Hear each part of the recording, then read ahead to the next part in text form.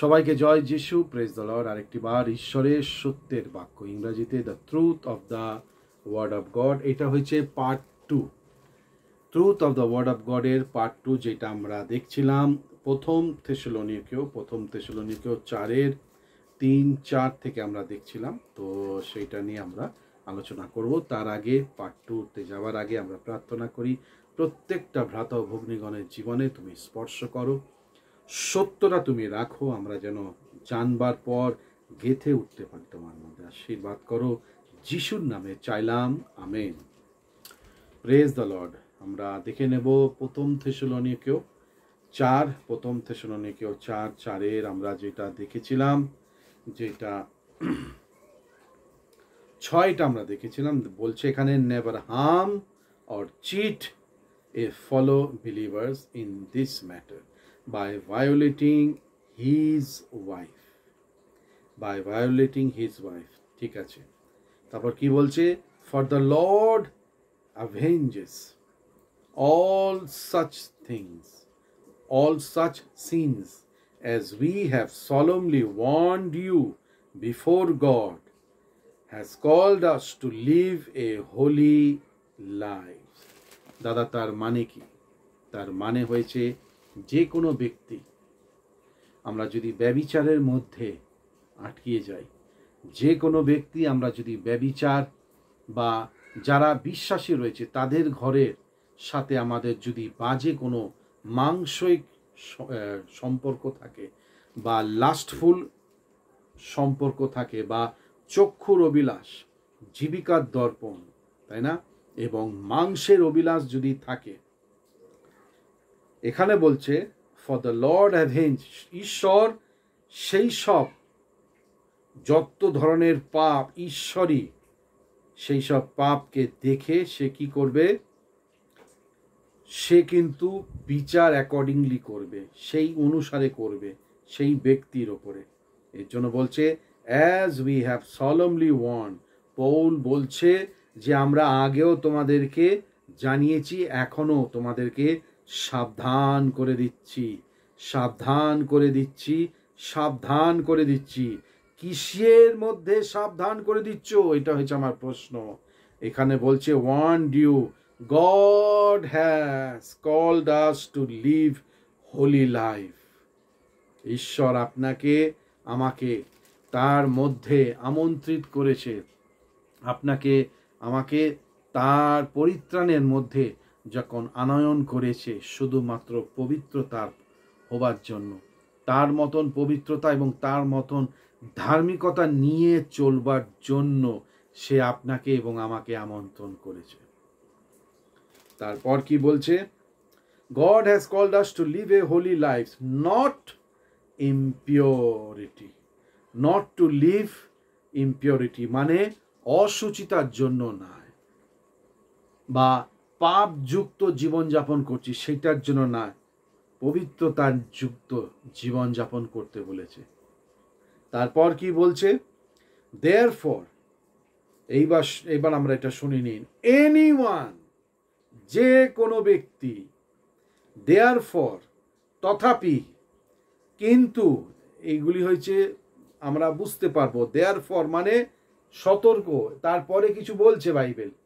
প্রথম থেসলোনিকে 4:9 আর 8 কি বলছে? therefore anyone, যে কেউ, who refuse to live by these rules is not disobeying human teaching but is rejecting God who gave his holy spirit to you. এইবার দেখুন, পবিত্র আত্মা আপনাকে আমাকে দিয়েছে। আপনারা পবিত্র আত্মা পেয়েছেন? হ্যাঁ দাদা, পেয়ে গেছি। আমি পবিত্র আত্মা পেয়েছি, এইভাবে পবিত্র আত্মা পেয়েছি। আমি পবিত্র আত্মা পেয়েছি, এইভাবে পেয়েছি। প্রশ্ন হয়েছে, সে দিয়েছে পবিত্র আত্মা কিসের জন্য? পবিত্রতা, ধার্মিকতা নিয়ে চলবার জন্য। পবিত্র আত্মা পাবার পর মাংসের অভিলাষ, জীবিকার দর্পণ, চক্ষুর অভিলাষ, যত রকমের ব্যভিচারের মধ্যে থেকে বেরিয়ে আসতে হবে। পবিত্র আত্মার সাথে সাথে আমি যেন 2 নম্বরই মন্দ কাজের মধ্যে নিজেকে আবার বেঁধে না ফেলি, তখন আমার জীবনে পবিত্র আত্মা থাকে না। সে তার পবিত্র আত্মাটাকে সরিয়ে দেয় আমাদের জীবন থেকে, তাই না? এর জন্য বলছে 8 বলছে, therefore anyone who refuse to live by these rule refuse to live, মানে বাক্য যা যা বলছে, আমি যদি রিফিউজ করি, রিফিউজ বলতে ও আমার দরকার নেই, বা শুনবার জন্য শুধু শুনলাম রিফিউজ, বা শুধু শুনে আমি আমার নিজের কাজ করছি, আবারও বলি ওটাকে রিফিউজ বলে। ও আমি যা বলছে ও ঠিক আছে, অসুবিধা নেই, কে দেখেছে ঈশ্বরকে, বা এই বাইবেল কে পড়ে, নো প্রবলেম। সেই দিনে কিন্তু আমরা কান্নাকাটি করে কোনো লাভ হবে না, বাইবেল কে পড়ে তখনই বোঝা যাবে।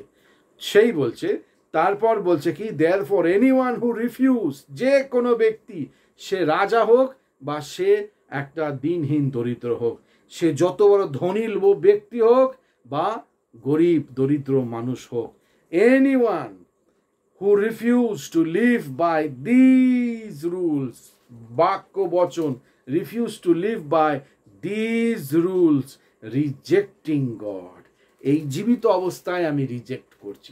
আমি জানি যে আমি প্রভুতে রয়েছি, আমি জানলে কি হবে, কোনো মাইনে হবে না, তাকে আমি না জেনে তাকে আমি বলছি তুমি আমার জীবনে ঈশ্বর নয়, রিজেক্টিং গড, আমি তাকে ঈশ্বরকে আমি নিজেই রিজেক্ট করছি যখন আমি যা কিছু লিখেছে আমি যখন আমি এটা মেনে চলছি না, রিজেক্টিং গড। ঠিক আছে, তারপর আমাদেরকে বলেছে, but we don't need to write to you about the importance of loving each other, for God himself has taught you to love one another. ঠিক আছে, তো ব্যাপারটা মূল উদ্দেশ্য আমরা কি দেখছি? মূল উদ্দেশ্য, যদি আমার জীবনে ব্যভিচারের আত্মা যদি থাকে, যত রকমের যা যা কিছু নোংরা জিনিস থাকে বার করতে হবে। কন্ডিশন একটা জায়গায় লেখা রয়েছে, কেননা তোমরা স্বর্গপুরীর বাসিন্দার বা তোমরা স্বর্গপুরীর প্রজা। কিন্তু আরেকটা জায়গায় বলছে যে ঈশ্বর তোমাকে আত্মা দিয়েছে কিসের? ক্ষমতা এবং শক্তি। কিসের জন্য? যেন আমরা তার মধ্যে বেড়ে উঠতে পারি। একদিকে বলছে স্বর্গপুরীর প্রজা আমি নাকি, তার মানে কি ওইটা হচ্ছে টাইটেল, স্বর্গপুরীর প্রজা, ভেরি গুড, ওটা টাইটেল।